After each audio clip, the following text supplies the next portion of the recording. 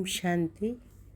आज 3 सितंबर 2024 की साकार मधुर महावाक्य है। आज की मधुर महावाक्य में बाबा बोले, मीठे बच्चे,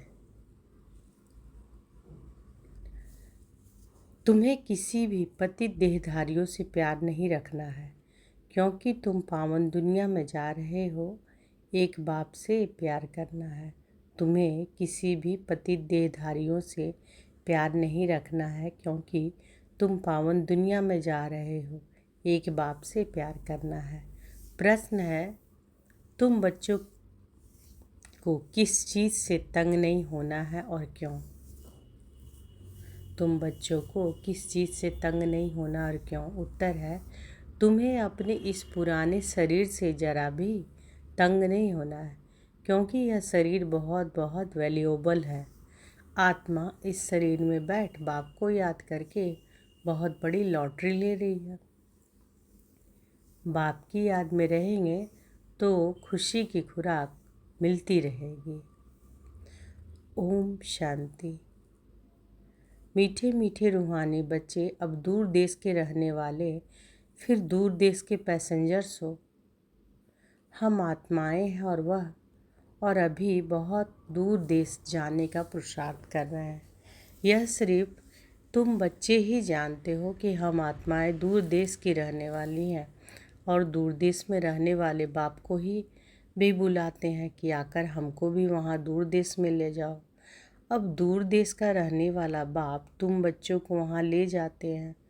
तुम रूहानी पैसेंजर्स हो, क्योंकि इस शरीर के साथ हो ना। रूह ही ट्रैवलिंग करेगी, शरीर तो यहाँ ही छोड़ देगी। बाकी रूह ही की ट्रैवलिंग यात्रा करेगी। रूह कहाँ जाएगी? अपने रूहानी दुनिया में। यह है जिस्मानी दुनिया, वह है रूहानी दुनिया।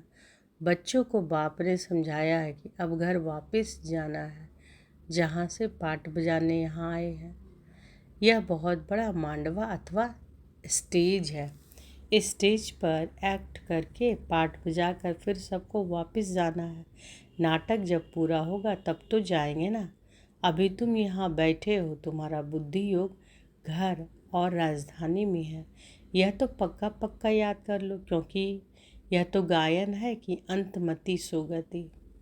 तो बाबा क्या पक्का पक्का याद करने का है?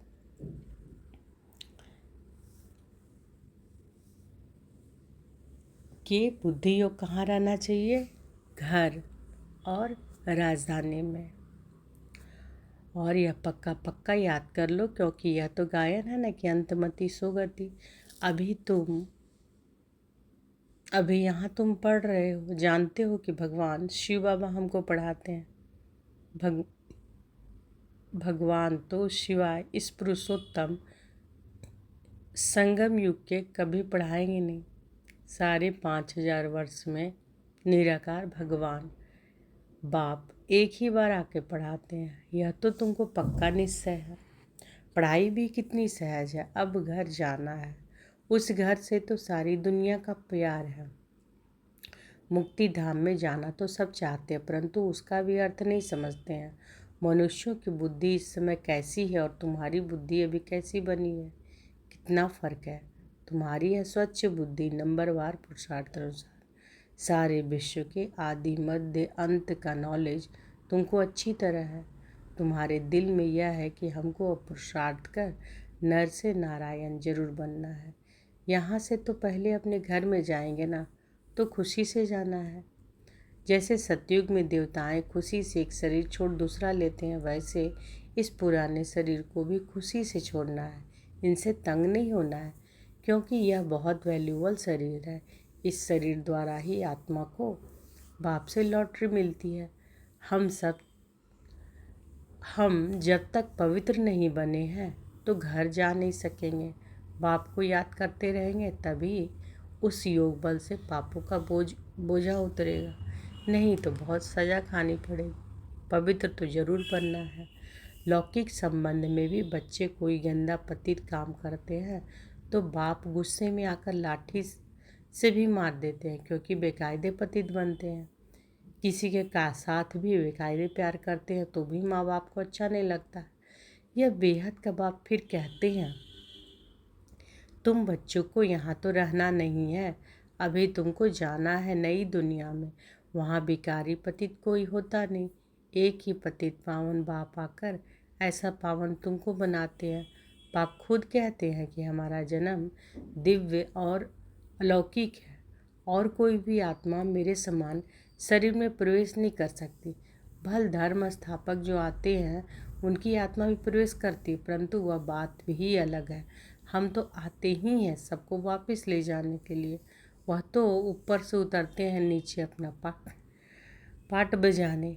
हम तो सबको ले जाते हैं, फिर बतलाते हैं कि तुम कैसे पहले पहले नई दुनिया में उतरेंगे। उस नई दुनिया सतयुग में बगुला कोई भी होता नहीं, बाप तो आते ही हैं बगुलों के बीच, फिर तुमको हंस बनाते हैं। तुम अब हंस बने हो, मोती ही चुगते हो। सतयुग में तुमको यह रतन नहीं मिलेंगे। यहाँ तुम यह ज्ञान रतन चुग कर हंस बनते हो। बगुले से तुम हंस कैसे बनते हो यह बाप बैठ समझाते हैं। अभी तुमको हंस बनाते हैं। देवताओं को हंस, असुरों को बगुला कहेंगे।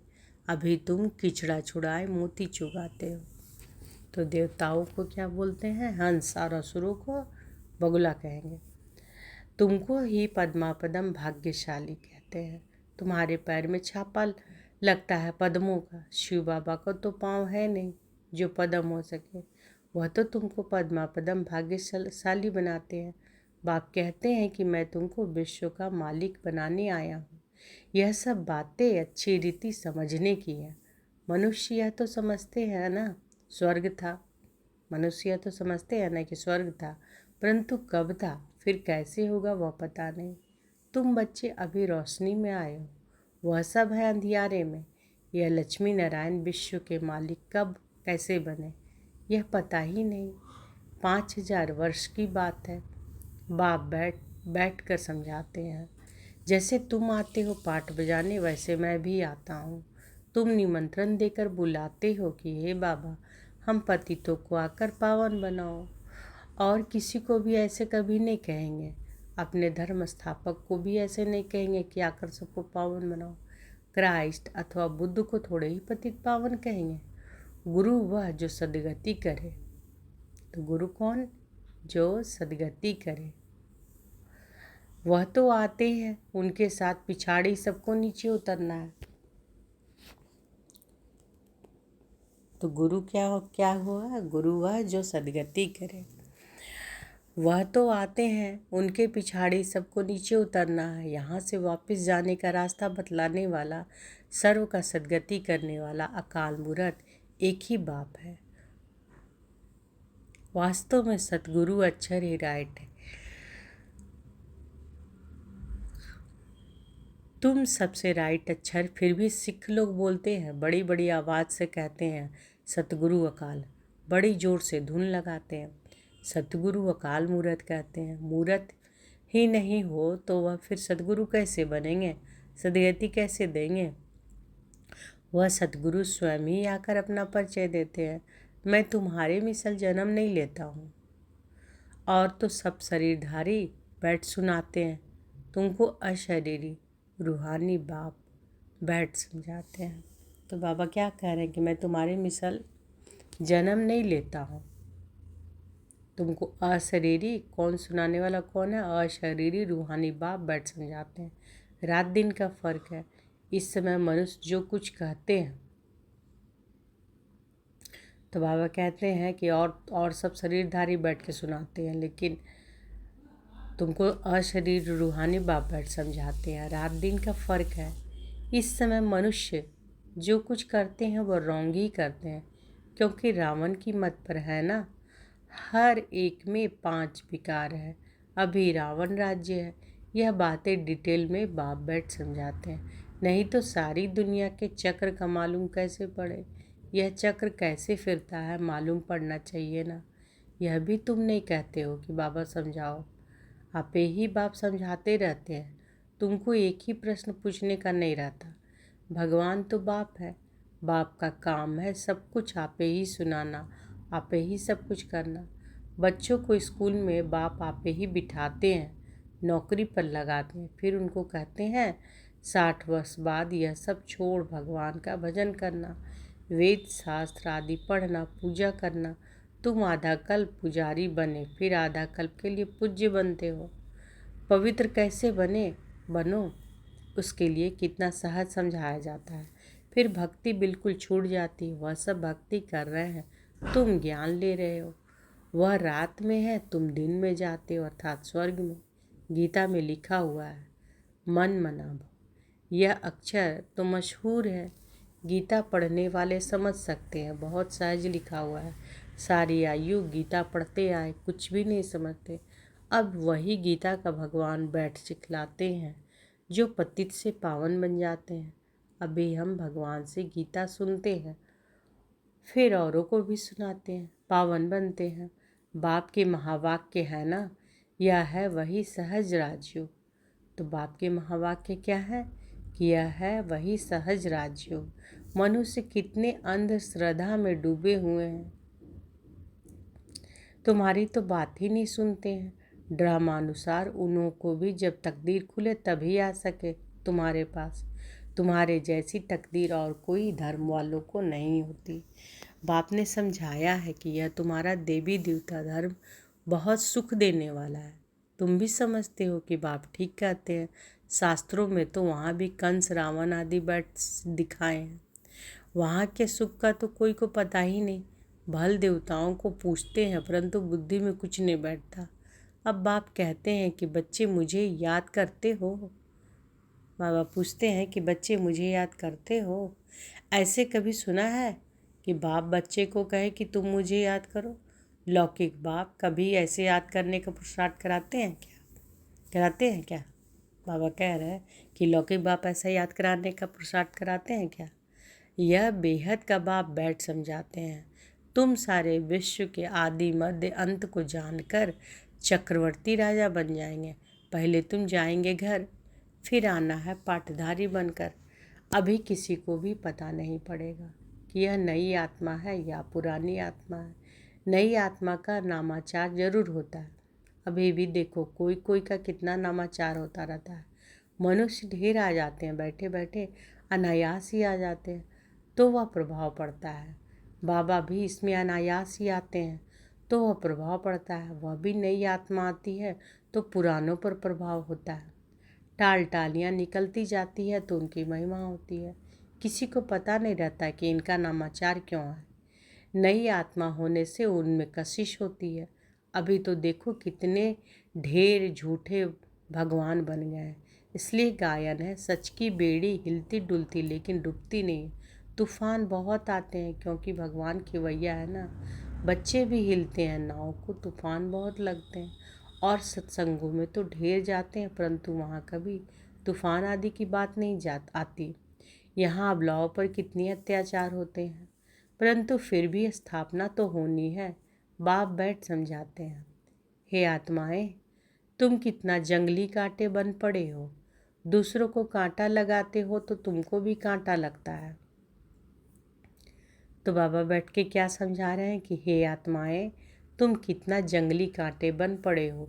दूसरों को कांटा लगाते हो तो तुमको भी कांटा लगता है। रिस्पॉन्ड तो हर बात का मिलता है। वहाँ दुख की छीछी बातें कोई होती नहीं, इसलिए उसको कहा जाता है स्वर्ग। मनुष्य स्वर्ग और नर्क कहते हैं, परंतु समझते नहीं हैं। कहते हैं फलाना स्वर्ग गया। यह कहना भी वास्तव में रॉन्ग है। निराकारी दुनिया को कोई हेवन नहीं कहा जाता है, वह है मुक्ति धाम।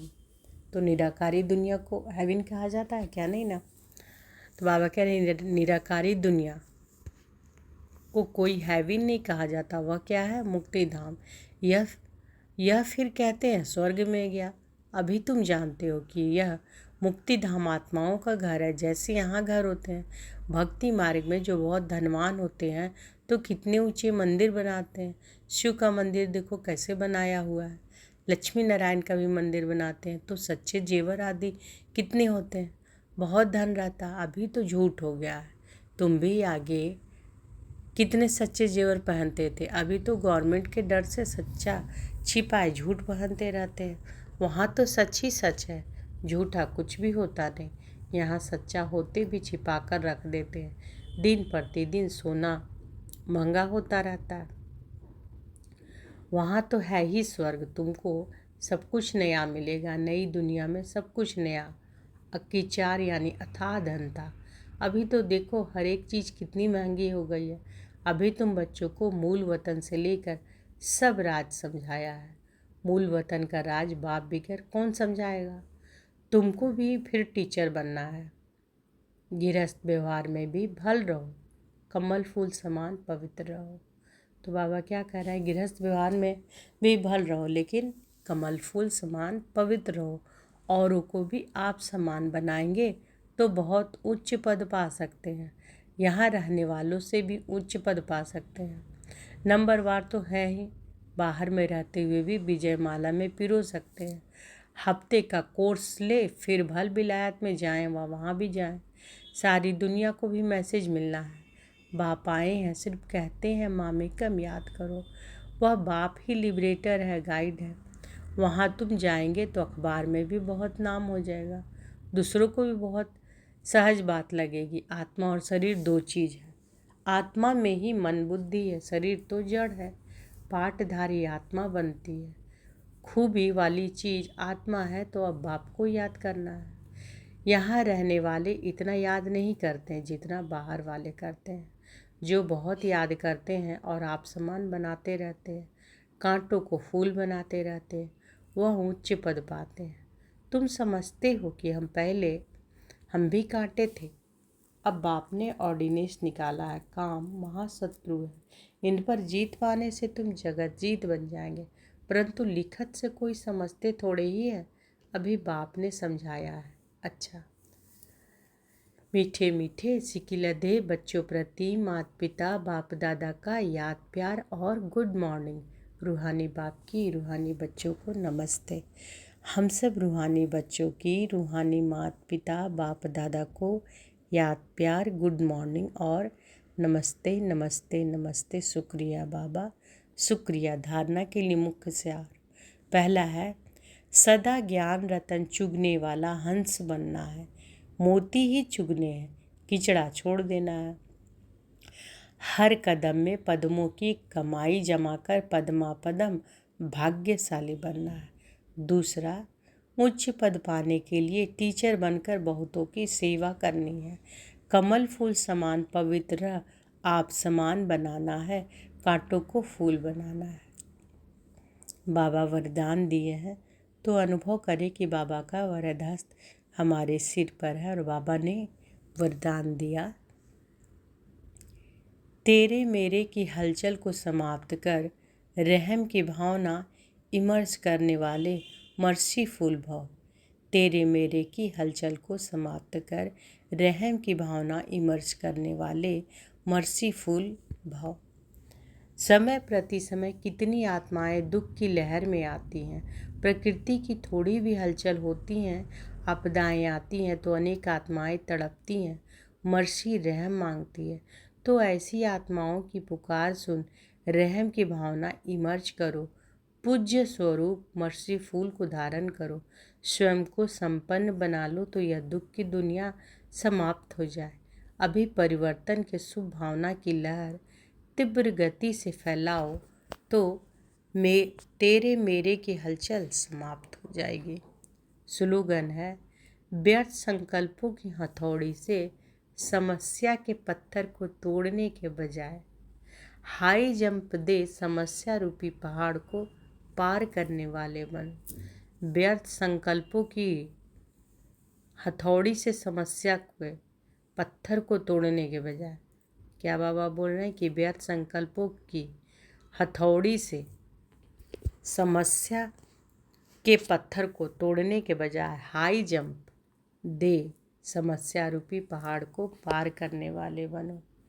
तो आज की मधुर महावाक्य में क्या बाबा बोले कि तुम्हें किसी भी पतित देहधारियों से प्यार नहीं रखना है, क्योंकि तुम पावन दुनिया में जा रहे हो। एक बाप से प्यार करना है और इस पुराने शरीर से ज़रा भी तंग नहीं होना है, क्योंकि यह शरीर ही तो बहुत वैल्यूबल है। आत्मा इसी शरीर में न बैठकर बाप से को याद करती है। तो इस शरीर में बैठ बाप को याद करके कितनी बड़ी लॉटरी ले रहे हैं ना। बाप की याद में रहेंगे तो क्या होगा, खुशी की खुराक मिलती रहेगी।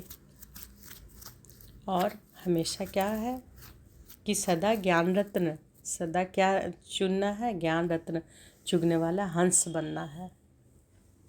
मोती नहीं, मोती ही चुगने हैं, किचड़ा छोड़ देना है। और हर कदम में पद्मों की कमाई जमा कर पद्मा पदम भाग्यशाली बनना है। अच्छा, शुक्रिया बाबा, शुक्रिया। ओम शांति।